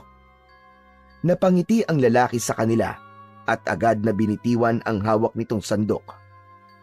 Sir, siya po pala si Cesar, yung nabanggit ko po sa inyo. Ibinaling ni Sir Sebastian ang tingin kay Cesar, saka ito ngumiti ng bahagya. Lumapit ito kay Cesar at inakbayan siya. Tara, mag-usap muna tayo. Sumabay si Cesar kay Sir Sebastian nang maglakad ito palayo sa mga trabahador. Huminto sila sa ilalim ng puno ng mangga. Ikaw pala si Cesar. Opo, sir. Matagal din po ako nagtrabaho dito bago po ako natanggal. Mabuti at nandito ka na ulit. Magpasalamat ka kay Jejomar ha. Ibinida ka niya sa akin kaya napag-isipan kong pabalikin ka. At alam ko rin ang dahilan kung bakit ka natanggal noon. Hindi kagad nakaimik si Cesar at bahagya siyang nahiya sa huling sinabi ni Sir Sebastian. Hindi naman ako maigpit sa oras. Pero kung kaya mong pumasok sa tamang oras, gawin mo. Obligasyon mo yan bilang isang trabador. Sir, natuto na po ako sa nangyari noon. Mas pahahalagaan ko na po ang oras ngayon dahil ayoko na po mawalan ulit ng trabaho. Kasi sobrang hirap po talagang walang pagkakakitaan Isa pa, alam ko rin mahilig kang uminom ng tuba. Wala namang problema kung manginginom ang trabador ko. Pero isang bagay lang ang gusto kong tandaan mo. Ayoko may iinom sa oras ng trabaho o papasok ng lasing. Unti-unti ko na nga pong binabawasan ang pag-inom-inom ko, sir. Mabuti naman kung ganon. O sige, ngayon, maaari ka na magsimula sa trabaho mo. Aasahan ko ang lahat ng sinabi mo sa akin, ha? Sige na, Cesar. Magtrabaho ka na. Salamat po, sir. Muling ngumiti si Sir Sebastian bago tumalikod at bumalik sa ginagawa nito kanina. Samantala, huminga ng malalim si Cesar bago siya lumingon kay Jejomar na tuwang-tuwa para sa kanya. Hindi nagtagal, bumalik na si Cesar sa kanyang dating gawain. Sa pagkakataon na yon, nangako si Cesar sa kanyang sarili na pagbubutihin na niya ang pagtatrabaho para hindi na maulit ang nangyari noon na tinanggal siya sa trabaho. Matapos ang maghapong trabaho sa pagawaan ng tuba, dumiretso si Cesar sa tindahan upang bumili ng isang bote ng tuba. Habang naglalakad pa uwi, napansin niya si Jejomar na naglalakad sa unahan niya. Nakayuko ito habang naglalakad. Tila malalim ang iniisip. Naisip ni Cesar na ayain itong uminom, kaya binilisan niya ang paglalakad upang maabutan niya ito. Jejomar! Hoy! Jejomar, sandali lang! Napalingon si Jejomar sa kanya. Bahagyang nagulat bago ngumiti nang makita si Cesar na papalapit. Oh, pambihira. May tuba ka na naman ah. Magsi-celebrate ka ba kasi nakabalik ka na sa pagawaan ng tuba?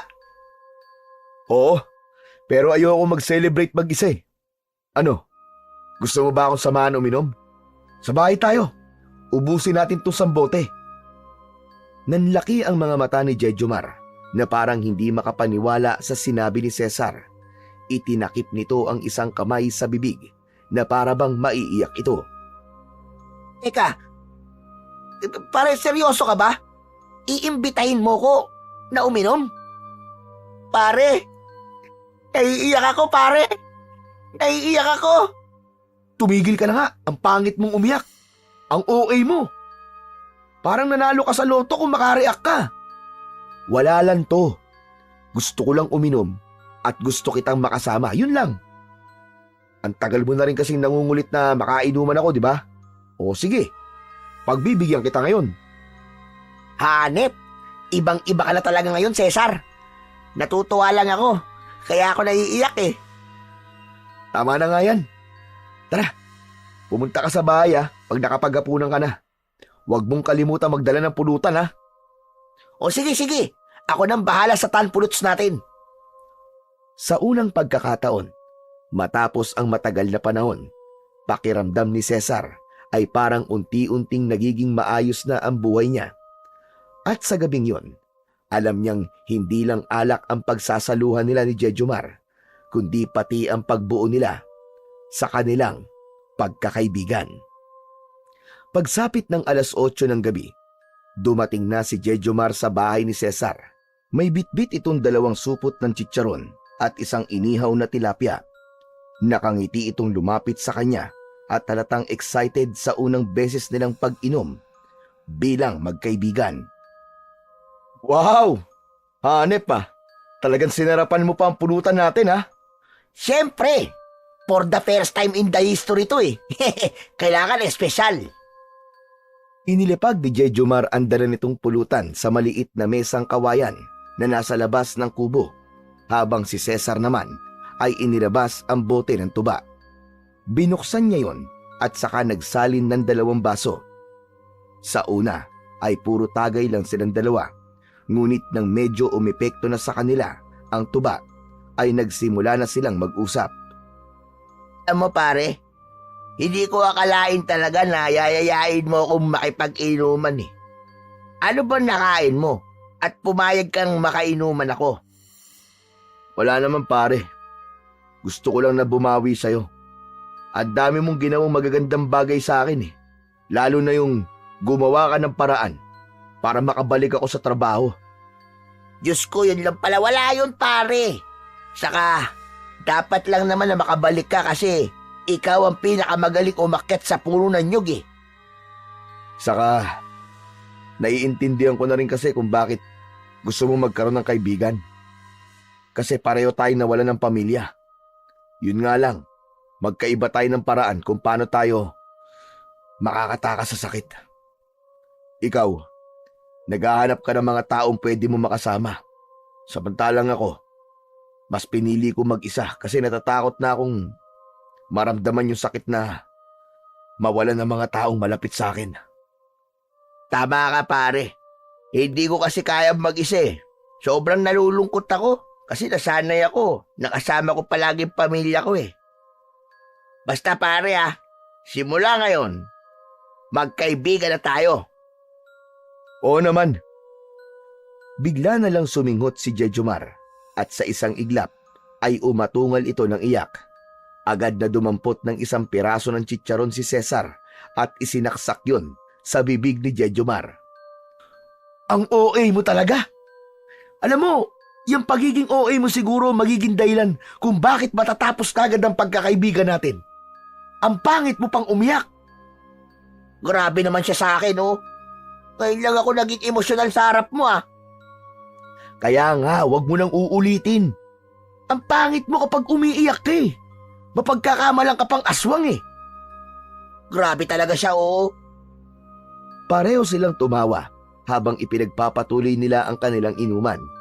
Sa gabing yun, sa unang pagkakataon, matapos ang matagal na panahon, ay naramdaman ni Cesar na hindi na siya nag-iisa.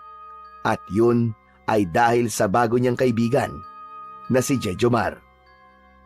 Mabigat ang ulo ni Cesar nang magising siya ng sumunod na umaga. Pakiramdam niya ay parang may lumulutang na ulap sa loob ng kanyang ulo. Tanda ng labis na nainom nilang tuba kagabi ni Jejomar. Napabuntong hininga siya at napatingin sa kaliwa at doon niya nakita si Jejomar na mahimbing na natutulog at humihilik pa sa tabi niya. Mabilis na bumalik sa alaala ni Cesar na may pasok pa nga pala sila ni Jejomar sa trabaho ng araw na yon. Para siyang binuhusan ng malamig na tubig at agad niyang niyugyug ng malakas si Jejomar. Hoy! Jejomar, gising! Gising! May trabaho pa tayo! Napabalikwas ng bangon si Jejomar. Natulala muna ito ng ilang segundo bago bumangon. Patay! Anong oras na? Hindi ko alam, pero siguradong dapat nandun na tayo sa oras na to. Sandali lang, maliligo lang ako. Ano ka ba? Huwag ka na maligo. Tara na't baka malate tayo eh. Hindi na nila nagawang mag-ayos ng sarili at tumakbo na sila papunta sa pagawaan ng tuba. Sa kabutihang palad, nang dumating sila roon, ay halos kauumpisa pa lang ng mga nagtatrabaho. Agad na sumalang si Cesar sa trabaho. Mabilis niyang kinuha ang kanyang gamit at nagsimulang umakyat sa mga puno ng nyog para kumuha ng tuba. Sanay na talaga siya sa pag-akyat. Kaya naman, kahit na mabigat pa ang pakiramdam ng katawan niya mula sa pag-inom ng tuba kagabi, ay nagagawa niya pa ring umakyat nang walang problema. Habang nasa itaas siya ng puno, ay napansin niya na nasa ibaba na si Sir Sebastian at may kausap ito na isang trabahador. Tila seryoso ang usapan ng dalawa, ngunit hindi niya yun ganong binigyan ng pansin. Para sa kanya ay mas mahalaga na matapos niya ang kanyang trabaho. Ngunit habang pababa si Cesar sa puno, ay isang hindi inaasahang bagay ang nangyari. Naramdaman niyang may bumagsak mula sa kanyang bulsa. Tumingin siya sa ibaba at nanlaki ang kanyang mga mata nang makita niyang ang mutya ng tuba ang nahulog. Diretso yung bumagsak sa mismong paanan ni Sir Sebastian. Napansin ni Sir Sebastian na may nahulog mula sa itaas, kaya napayuko ito. Yumuko ito at dinampot ang mutya ng tuba. Mabilis na bumaba si Cesar mula sa puno ng nyog. Nakatutok ang kanyang paningin kay Sir Sebastian na hawak na ang mutya ng tuba at tinitignan nito yon ng maigi. Nang makababa na siya, ay tumayo siya sa harapan ng kanyang amo at nag-aalinlangan siyang nagsalita. Sir, akin po ang kwintas na yan eh. Nahulog lang po habang nasa taas po ako. Hindi agad ibinalik ni Sir Sebastian ang mutya. Pinagmasdan nito yon ng mabuti na para bang manghang-mangha ito sa bagay na yon. Kakaiba tong kwintas mo ah. Saan mo nakuha to, Cesar? Ibinigay lang po sa akin, sir, ng isa pong kaibigan. Talaga? Mukhang hindi ito ordinaryong kwintas. Sir, baka pwede pong makuha ko na po ang kwintas ko. Saglit pang nanatiling tahimik si Sir Sebastian habang titig na titig sa mutya ng tuba bago ito ngumiti ng bahagya. Pasensya ka na. Nagandaan lang talaga ako sa kwintas mo. Eto na. Iniabot nito ang mutya kay Cesar. Agad niya yung kinuha at ibinulsa. Matapos magpasalamat ni Cesar, ay bumalik na si Sir Sebastian sa pakikipag-usap sa trabahador. Si Cesar naman ay bumalik na rin sa pagtatrabaho, ngunit hindi niya maalis sa isip ang reaksyon ni Sir Sebastian nang makita nito ang mutya ng tuba. Tila meron itong kakaibang interes sa kanyang mutya. Matapos magtrabaho, ay magkasabay na naglakad sina Cesar at Jejomar pauwi sa kani-kanilang bahay. Tahimik lang si Cesar dahil iniisip niya pa rin ang kakaibang reaksyon ni Sir Sebastian nang makita nito ang mutya ng tuba. Napansin naman ni Jejomar ang pananahimik ng kaibigan, kaya hindi nito napigilang magtanong. Pare, ba't ba ang tahimik mo ngayon? Nahulog kasi yung mutya kanina habang nasa itaas ako ng puno. Tapos, pinulot ko ni Sir Sebastian. Ha? Ano nangyari? Wala naman. Ibinilik naman niya sa akin. Pero parang, ewan ko ba? Napansin ko lang nakakaibang reaksyon niya na makita niya ang mutya ng tuba. Baka naman kasi alam niyan tungkol doon sa mutya ng tuba. Sandali, ano bang iniisip mo? May masama ka bang iniisip tungkol sa amo natin? Wala naman. Pero di ko alam kung bakit bigla akong kinabahan nang hawakan ni Sir Sebastian ang mutya. Napakamot sa ulo si Jejomar at huminga ng malalim. Alam mo, mas mabuti pang tigilan mo na ang pag-iisip ng kung ano-ano kay Sir Sebastian. Mukha namang mabait yung tao eh. Wala naman siguro siyang binabalak na masama sa mutya mo. Hindi na sumagot si Cesar. Sinikap niyang paniwalaan ang sinabi ni Jejomar, ngunit hindi pa rin niya naalis ang pagdududa na nararamdaman niya para kay Sir Sebastian. Pakiramdam niya ay meron itong tinatago na dapat niyang malaman. Sa paglipas ng mga araw ay napansin ni Cesar ang kakaibang kilos ni Sir Sebastian. Tuwing nasa pagawaan siya ng tuba ay palagi niyang nahuhuli ang amo niya na nakatingin sa kanya. Minsan, kapag abala siya sa pag-akyat sa puno ng nyog o sa pagbuhos ng bagong kuwang tuba sa tapayan, ay madadama niya na may mga matang nakamasid sa kanya. At kapag tumingin siya sa direksyon ni Sir Sebastian, agad nitong ibinabaling ang tingin sa iba. Habang tumatagal, lalong lumakas ang kutob ni Cesar. Hindi niya alam kung guni-guni lang ba niya yon o may dahilan talaga ang madalas na pagtitig ni Sir Sebastian sa kanya. Pakiramdam niya, hindi lang simpleng pag-oobserba ang ginagawa nito. Dahil doon, ay hindi niya maiwasang makaramdam ng kaba sa presensya ng bago nilang amo. Isang gabi, habang nasa kubo niya si Cesar, ay dumating ang kaibigan niyang si Jejomar na may dalang isang bote ng tuba at pulutan na chichirya. Inaya siya nitong mag-inom at hindi naman siya tumanggi. Ngunit sa gitna ng masayang pagkikwento ni Jejomar ay nanatiling nakatulala sa kawalan si Cesar. Maya-maya pa ay napahinto si Jejomar sa pagkikwento at napapalatak. Aba, parang malayo ang tingin mo pare ah. Ano ba tumatakbo niya sa utak mo ah? At kanina ka pang tulala. Si Sir Sebastian pare. Oh, siya na naman? Bakit ba? Hindi mo ba napapansin? Parang palagi niya akong pinagmamasdan sa pagawaan. Kahit kanina. Ilang beses ko siyang nahuli nakatingin sa akin. Hindi ko alam, Jejomar. Pero may kakaiba talaga sa kanya eh. Yang ka na naman eh. Pinag-iisipan mo na naman ang hindi magandang napakabait nating boss. Ewan ko ba? Pero hindi na naging magandang pakiramdam ko sa kanya. simula nung makita niya ang mutya ng tuba. Baka naman paranoid ka lang, Cesar. Tamang inala. Mabait si Sir Sebastian. Kung may masama siyang balak, dapat matagal niya nang ginawa yun. Napabuntong ng hininga si Cesar. Kahit anong pilit niyang iwaksi sa isip ang nararamdaman niyang kaba, hindi niya pa rin maialis ang pangamba sa kanyang dibdib.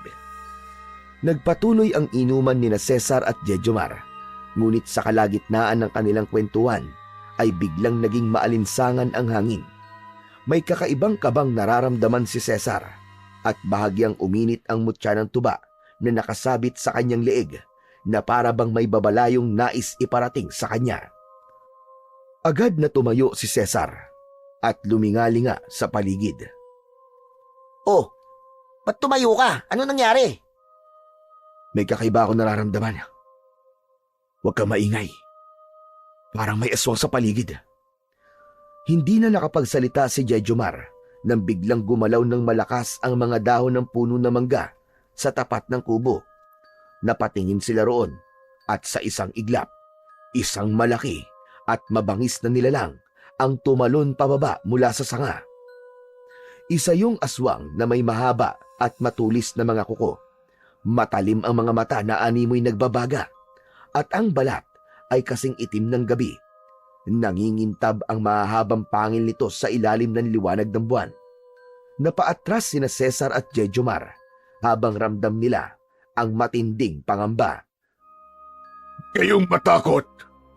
Wala akong balak manakit kung ibibigay niyo sa akin ang isang bagay na gusto ko. Anong kailangan mo? Ang mutya. Matagal na ako naghahanap ng mutya ng tuba. Kailangan ko yan upang mas lalo akong lumakas. Kung ganon, hindi ko to ibibigay sa'yo dahil alam kong gagamitin mo lang to sa kasamaan. Bahagyang lumaki ang mga mata ng aswang at mula sa mukha nitong may mapanuksong ngiti, unti-unti itong naging mas mabangis. Pwes, kukunin ko yan sa'yo na sapilitan. Wala na akong ibang pagpipilian kundi kunin yan sa'yo sa marahas na paraan. Binulungan ni Cesar si Jejomar na tumabi muna ito at siya na ang bahalang humarap sa aswang na yon. Nang sandaling yon, alam niya na magagamit na niya ang isa pang kapangyarihan ng mutya ng tuba at yon ay ang lakas na ibibigay nito sa kanya sa pakikipaglaban sa aswang. Mabilis na dinampot ni Cesar ang bote ng tuba sa mesa at tinungga ang natitirang laman nun. Alam niya ang epekto ng mutya sa kanyang katawan at kapag mas lasing siya, ay mas magiging malakas siya. Ngumisi ang aswang nang makita nitong pasuray-suray na naglalakad si Cesar. Si Cesar ang unang sumugod at nagpamalas siya ng isang malakas na suntok na diretsyong tumama sa panga ng aswang. Ngunit kahit malakas ang suntok na yon, ay hindi gaanong napuruhan ng aswang. Bago pa makabuelong muli si Cesar para sa kasunod na pag-atake, ay sinunggaban siya ng mabilis ng aswang. Umiwas siya, pero dahil sa epekto ng alak, hindi naging eksakto ang kanyang galaw. Ang matatalim na kuko ng aswang ay dumaplis sa kanyang braso at nag-iwan ng malalim na sugat. Napaatras at napamura si Cesar. Mataas na lumundag ang aswang at dumapo sa isang sanga ng puno. Mula roon ay bumuelo ito at mabilis na tumalon papunta kay Cesar. Natumba si Cesar at napasigaw siya sa sakit nang lumapat ang likod niya sa matigas na lupa. Itinulak niya ito gamit ang kanyang mga tuhod at mabilis siyang gumulong papalayo.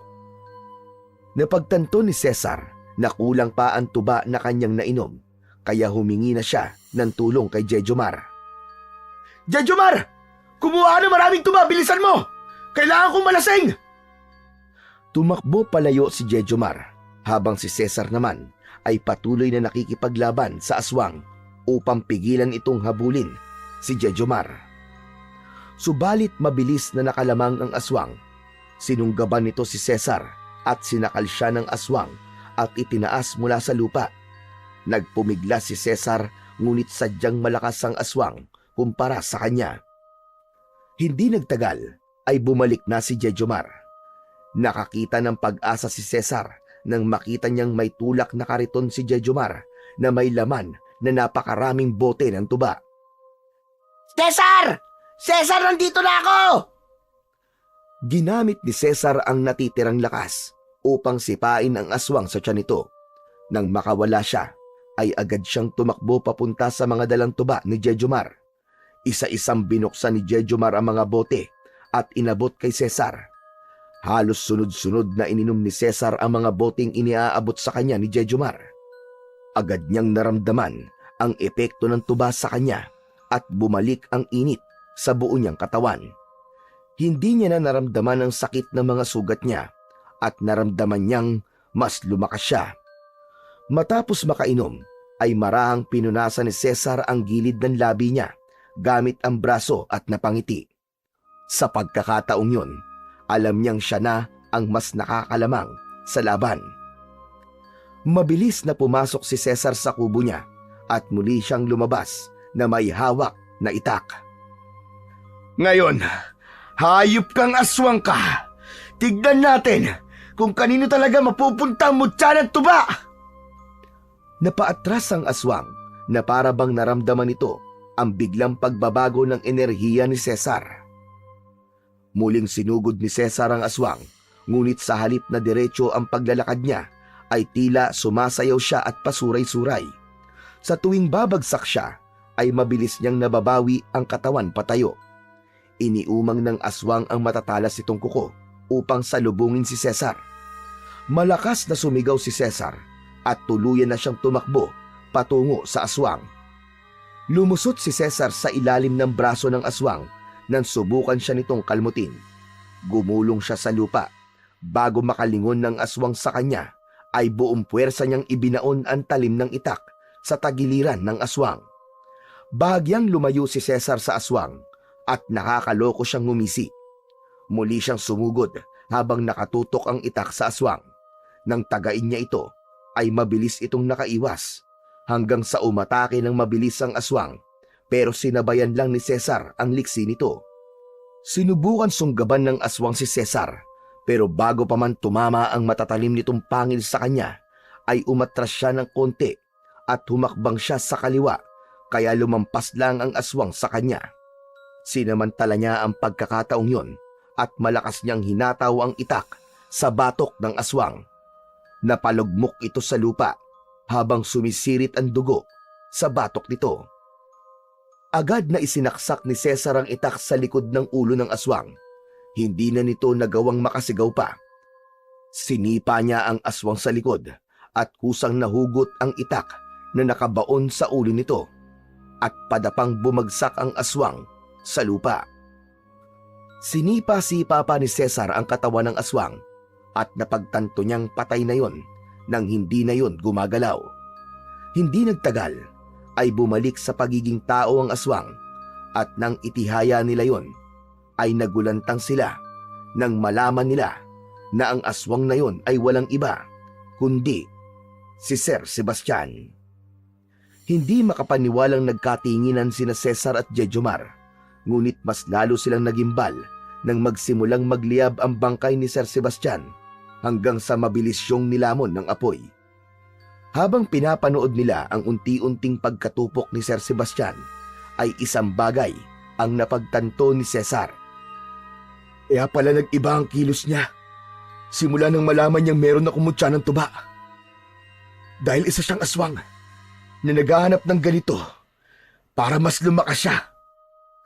Malamang, siya rin ang pumatay kay Gregorio para mapunta kagad sa kanyang nyugan para masimulan niya kagad ang paghahanap ng mutya ng tuba. Tumango si Cesar at naramdaman na niya ang labis na pagod dahil sa laban na yon. Dumagdag pa ang labis na pagkalasing niya sa dami ng tuba na kanyang nainom. Biglang lumabo ang kanyang paningin at tuluyan na siyang natumba sa lupa. Agad naman siyang dinaluhan ni Jejomar at malakas siyang tinapik nito sa pisngi. Hoy! Cesar! Gising! Cesar, patay ka na ba? Huwag ka mamamatay! Magiinuman pa tayo! Paulit-ulit siyang tinapik ni Jejomar sa muka, ngunit Hindi niya na nagawang gumising pa. Ngunit alam ni Cesar na sa paggising niya ay tapos na ang bangungot at takot ng mga tao sa kanilang baryo.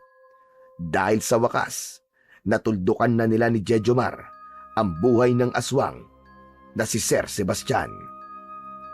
Matapos ang matinding laban na yon, ay bumalik na sa normal ang buhay ng mga tao sa baryo. Nangako naman si Cesar kay Mang Igme na hindi siya magdadalawang isip na gamitin muli ang mutya kung muling dadating ang panganib sa kanilang lugar. Kaya naman, sumailalim siya sa isang pagsasanay ni Mang Igme upang mas magamit niya ng tama ang mutya ng tuba. Ngunit sa kabila ng lahat ng hindi magagandang pangyayari, ay isang bagay ang pinaka-pinagpapasalamat pa rin ni Cesar. At yun ay ang tunay na pagkakaibigan na natagpuan niya kay Jejomar. Hindi lang ito basta isang kaibigan na kasama sa inuman at kasiyahan, kundi isa itong tunay at tapat na kaibigan na hindi siya iniwan kahit sa pinakamapanganib na sandali ng kanyang buhay.